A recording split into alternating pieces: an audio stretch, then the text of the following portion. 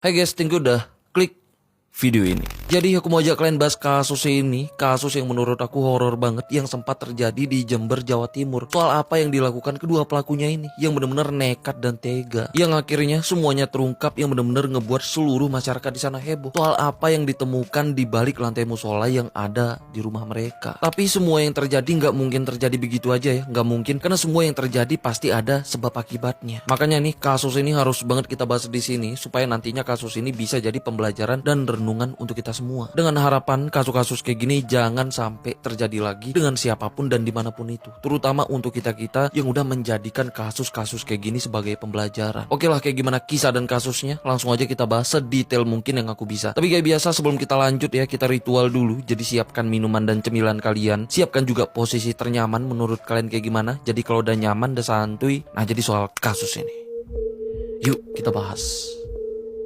Surono dan istrinya yang bernama Bu Sani tinggal di Jember, Jawa Timur, tepatnya di desa Sumber Salak. Nah, di sana ya mereka tinggal dengan kedua anak mereka, yang mana anak pertamanya itu bernama Bahar dan anak keduanya Nur. Yang mana di sana tampak depan kehidupan mereka emang terlihat bahagia, yang seolah nggak ada masalah apapun. Karena di desanya keluarga mereka emang dianggap sebagai keluarga yang cukup berada. Karena saat itu ya Surono ini tuh dikenal sebagai curagan petani kopi yang cukup sukses, dengan kebunnya yang cukup luas dengan hasil panen yang melimpah, yang ngebuat ekonomi keluarga mereka pun ya cukup bagus secara finansial. Ditambah Pak Surono pun di desanya dikenal sebagai orang yang ramah dan cukup dermawan. Tapi Bahar, anak pertama mereka, yang saat itu punya sikap yang egois, yang selalu memberontak kalau keinginannya nggak dipenuhi. Yang intinya ya sejak remaja Bahar ini tuh udah sering ngebuat bapaknya elus dada. Bahkan yang ngebuat mereka semua nggak habis pikir nih ya, di masa remajanya Bahar ini tuh pernah bertengkar sampai adiknya menggunakan sajam. Nah, syukurnya saat itu ya adiknya langsung lari minta pertolongan, yang akhirnya adiknya pun selamat. Karena benar-benar kewalahan dan ngalamin kesulitan mendidik Bahar ya, jadinya pas dia yang udah masuk SMA, akhirnya ya Bahar pun itu dimasukkan ke pondok pesantren yang ada di sana. Tapi baru dimasukkan ke pesantren, Surono pun dikagetkan lagi karena dipanggil pihak pondok pesantrennya karena kasus yang cukup menggemparkan pondok pesantrennya. Soal apa yang dilakukan Bahar ini. Karena saat itu Bahar ini udah ditahan pihak kepolisian karena menikam ustazah yang sebagai guru ngajinya di sana. Syukurnya saat itu ustazahnya selamat karena langsung dapat perawatan. Nah, sedangkan Bahar ya saat itu dijebloskan ke penjara selama 2 tahun. Karena usianya yang masih usia pelajar, jadinya ya selama dalam penahanan Bahar pun tetap melanjutkan sekolahnya. Sedangkan Surono yang sebagai bapaknya Bahar ini ya itu harus menanggung malu dari apa yang dilakukan anaknya, dan juga ikhlas dengan hukuman yang dijatuhkan ke Bahar, dengan harapan ya hukuman itu bisa membuat Bahar ini berubah menjadi lebih baik. Terus setelah 2 tahun menjalani masa hukumannya, Bahar pun bebas dan langsung melanjutkan sekolahnya lagi, yang akhirnya ya di usianya yang udah 19 tahun dia pun lulus